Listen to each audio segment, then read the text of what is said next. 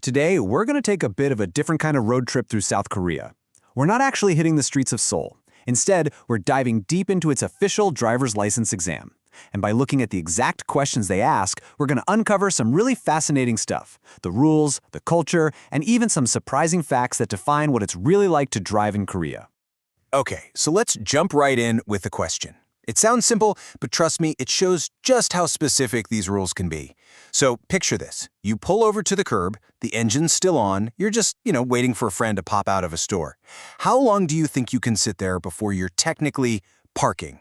Would you believe it? 5 minutes. That is it. According to the Korean Road Traffic Act, anything over 5 minutes, and boom, you are officially parking. And that little detail right there, it really sets the tone for everything else you're about to see. Okay, but before you can even worry about that 5-minute rule, you've got to be able to legally drive in the first place, right? So let's back up and start at the very beginning, getting your license. So these timelines are pretty important. I mean, if you fail your road test, you've got to wait at least 3 days to give it another shot. Got an international license? Heads up, it's only good for 1 year from the day you enter the country. But here's the real kicker. If you get caught cheating on the test, you're banned for 2 whole years. It just goes to show you they are serious about the rules from day one. All right, let's say you want to drive a big van around Seoul, something that fits 12 people. You've got a big crew. What kind of license do you think you'd need for that? Is it something special? So here's the thing. Your standard Class 1 ordinary license actually covers a lot more than you'd think. We're talking all the way up to a 15-seater van. So what this tells us is that the exam expects you to know about more than just your average little car. You really have to understand the whole system of vehicle classes. All right, so you've got the license. Now it's time to hit the road. And this is where things get, well, even more interesting. Okay, overtaking. This is a great example of how nuanced the rules are. It's not just about whether the car in front of you is going slow. The exam is crystal clear. There are places you absolutely cannot pass. Think bridges, tunnels, intersections. These are total no-go zones for overtaking. I mean, it doesn't matter if the car in front is crawling along, it's a hard no. Merging onto an expressway? Yeah, that can be stressful anywhere. But the Korean exam really drills you on how to do it right. And the key takeaway, the thing they really hammer home, is that the acceleration lane is for, well, accelerating. You get up to speed with traffic, you find your spot, and you merge smoothly. The one thing you absolutely do not do is stop at the end of the ramp and wait. Nope, big no-no. Now this is more than just a rule. It's really a philosophy. This quote comes straight from a test question, and it tells you so much about the driving culture there. The idea is that your duty to protect kids is absolute. It doesn't matter if you don't see any children around. It doesn't matter if it's 2 a.m. on a Sunday. When you're in a school zone, you drive with extreme caution, period. Driving isn't always about following the rules of the road. Sometimes your car has other plans. And get this, the Korean exam actually tests you on some practical, under-the-hood knowledge for when things go wrong. Okay, so here's the scenario for you. You're walking back to your car, and you spot it. A big, green puddle forming right under the engine. What's the first thing that goes through your mind? Well, the exam expects you to be a bit of a detective here. You're supposed to know what that color means. So what's the deal with a green puddle? And there's your answer. That green stuff, that's coolant or antifreeze. And they expect you to know that. It's not just, oh, there's a leak, it's what's leaking.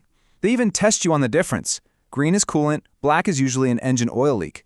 And this isn't some bonus question for car enthusiasts. This is considered essential knowledge for every single driver. Okay, listen up, because this next one could literally save your life. Most of us think that if there's a gas leak, the fumes are lighter than air, right? They just kind of float up and disappear. But the exam points out something absolutely crucial. The LPG fuel that's common in Korean cars is actually heavier than air. So if it leaks, it doesn't go up, it sinks. It pools in low spots. And that creates a massive risk for an explosion. All right, so that brings us to our last section. And honestly, it might be the most important one. It's all about the human element, because the exam makes it really clear that driving isn't just about skill. It's about your mindset, your attitude, and how you deal with other people out there.